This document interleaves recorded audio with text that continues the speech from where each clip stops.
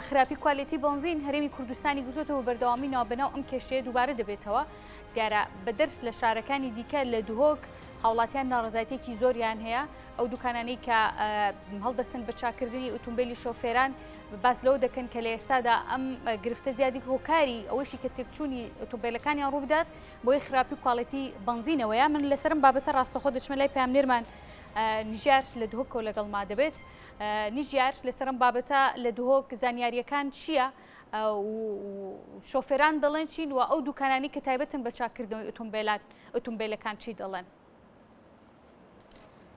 بله هیوی هلبته ماوی چند روزا کانه تایبەتی جی السنور سنتر باجر دو که دا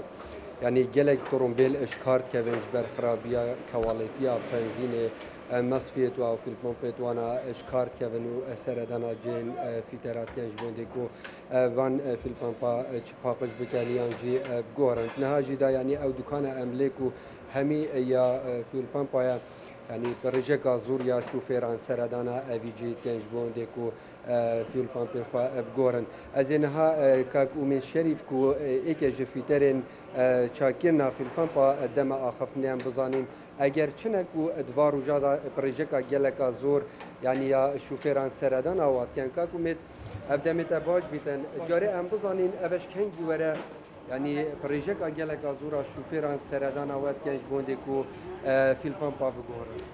نزيك ده رجع كوي بتر زيادة بويا خلق بتر سردانا جيتو صايد فيت بامبا نزل أوقات اشتاتيات ده رجع تقريبا بيجن باش بوتش يعني سردان توانا جبر بنزينة جبر خرابية طبعا سبب الرئيسي بنزينة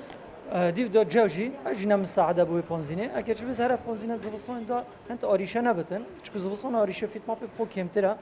بس اگر الرئيسي في اوديا ببرا بنزينه بارا بتركيش جورا بنزينه عاديه يعني وده همين نوع اعتدام شاميه هرش عادي محسن سوبر همين في طنبع عاطلتين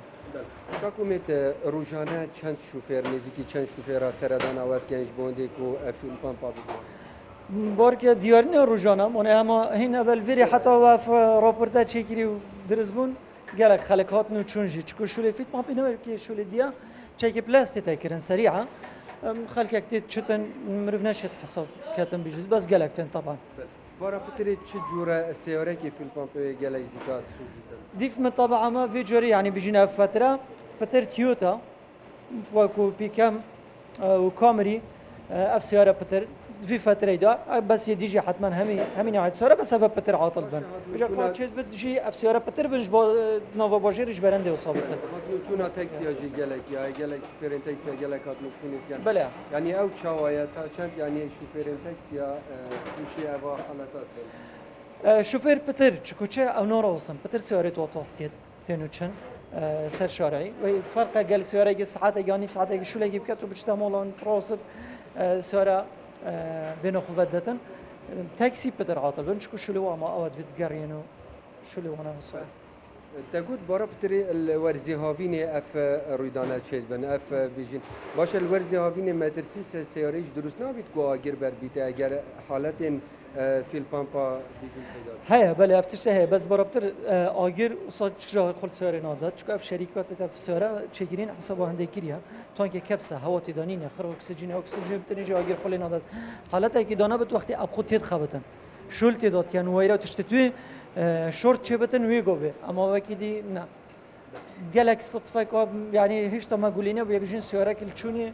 اجر خل دايما بخوصه ادينا كيا بلكي بتجي بس جالك يما جالك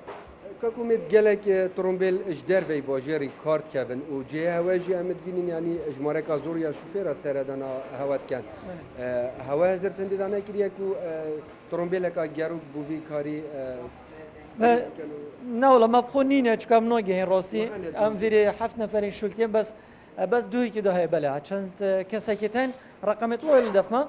صاهر برادر وادينا وقت السيارة ام برادر تلفونات يد ام رقمي دينافيت بيجي مخ تلفونات في كي وديت بدا تشيكاتن وهنا باروجادا تاكوت بادا روجادا جالك يا حالات پیدا بونا يعني بادا روجادا هنا كل دربي باجر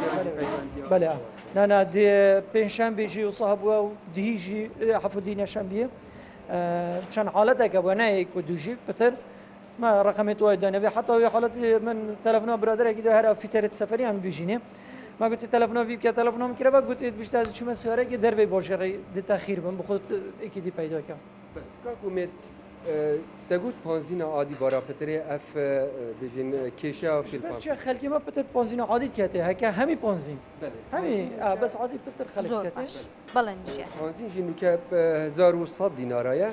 یا بجین تجاری و یا حکومی جی بشه 109 دیناره او شوفرین سردان آوت کن بارا پتری یعنی کیش کیشوانه کیش بحث کن کو بجین اف پانزینه جیمه یا سوپر کربیته یعنی یا محسن یعنی یا بشه 109 دیناره حتی کو یعنی ترمبیل آوانش کار بکنه بله تزن چه برام هندی پانزین پیسه راستی خلقی جی باری سر او باش جنمایا بیشتر پاده هر عاطل بد فیت من در عاطل بسرم در عاطل بد اما در هر زان کمه بچی پاره خود زده ترتیب دام ولی آتی راستی سبارت بهایت وانا بیجین خلق چند ضررمند بیتن دماکو یعنی روزانه سردان آوت کن اوان فیل پامپا دوید ایله بگوهرن یانجی این بو پاپش کنن بله بجا چند عادی که هی نوکه کمیسال سرک آوسا حتما نه و پاره ببیند 150 دلار اک دلی چن 150 دلار 130 دلار دلی چن بس تاکسی که کمتره و هنده سیارت ویگو به زور برابر باشن مدل جیان. نیچلی هاتیا شرکه وسا چکرین تو نشی فیت پامپ بدل کی الا کامل قاعده بدل کی قاعده جنینش 100 دلار کمتر قرار گرانتر 100 150 حتی 200 دلار زۆر باش نژێر خیراتن بەڵێ نژێر بله هیوی یعنی اف فیتره کو بیجینی فیول پامپا جی کنو کل پیشمنجی دیاره اجماره کازوریا فیول پامپا و دیسانجی البرسینگی ما اجماره کازوریا شوفران ها یعنی حتی کود بیت سرایا درست کرنا فیول پامپا یعنی اجماره کازوریا شوفران سردانا بیرت کن اجبونده کو فیول پامپا بگورن دیسا و مدویت آبانجی پیچندی جیب کم کو الپارێزگا دووکی دوی کۆمبوونێک هاتیە زۆر ئەنجامداش باشە لایەنین پەیوەندی دەربە ئەجبوهندێک و بزانن چەند خاڵێکە دەستنیشان بکەن حتا و شلایە کەواڵەتیە بە شلایە بۆهای بە دیفچوون سەر پانزینە بێتەکردن لیژنا ئەف لیژنا هاتیە پێکینانجی ئەبروکەدا و حتا دوی چوار پانزینخانە دایە خستینە هر واسا هوشداری جی به دو پانزین خانه دایا کو جارکا دی اگر بوی رنگی کار بکن و پانزینا باش نبیتن او بین سزادان یعنی هی بی هوا دیار جی کو یعنی گلک شوفیران جی نچار دبن تانکین ترومبیل وب کن حتی کو زۆر باشە نژێر مصفی نوانا و حتی کو فیل پامپت وانا بین نداره بله بەڵێ نژێر سپاس بۆ زانیاریەکان سپاس بۆ میوانەکەشت بۆ شەیسان سپاس بۆ ئێوەش کە تا ئێستا بینەرمامون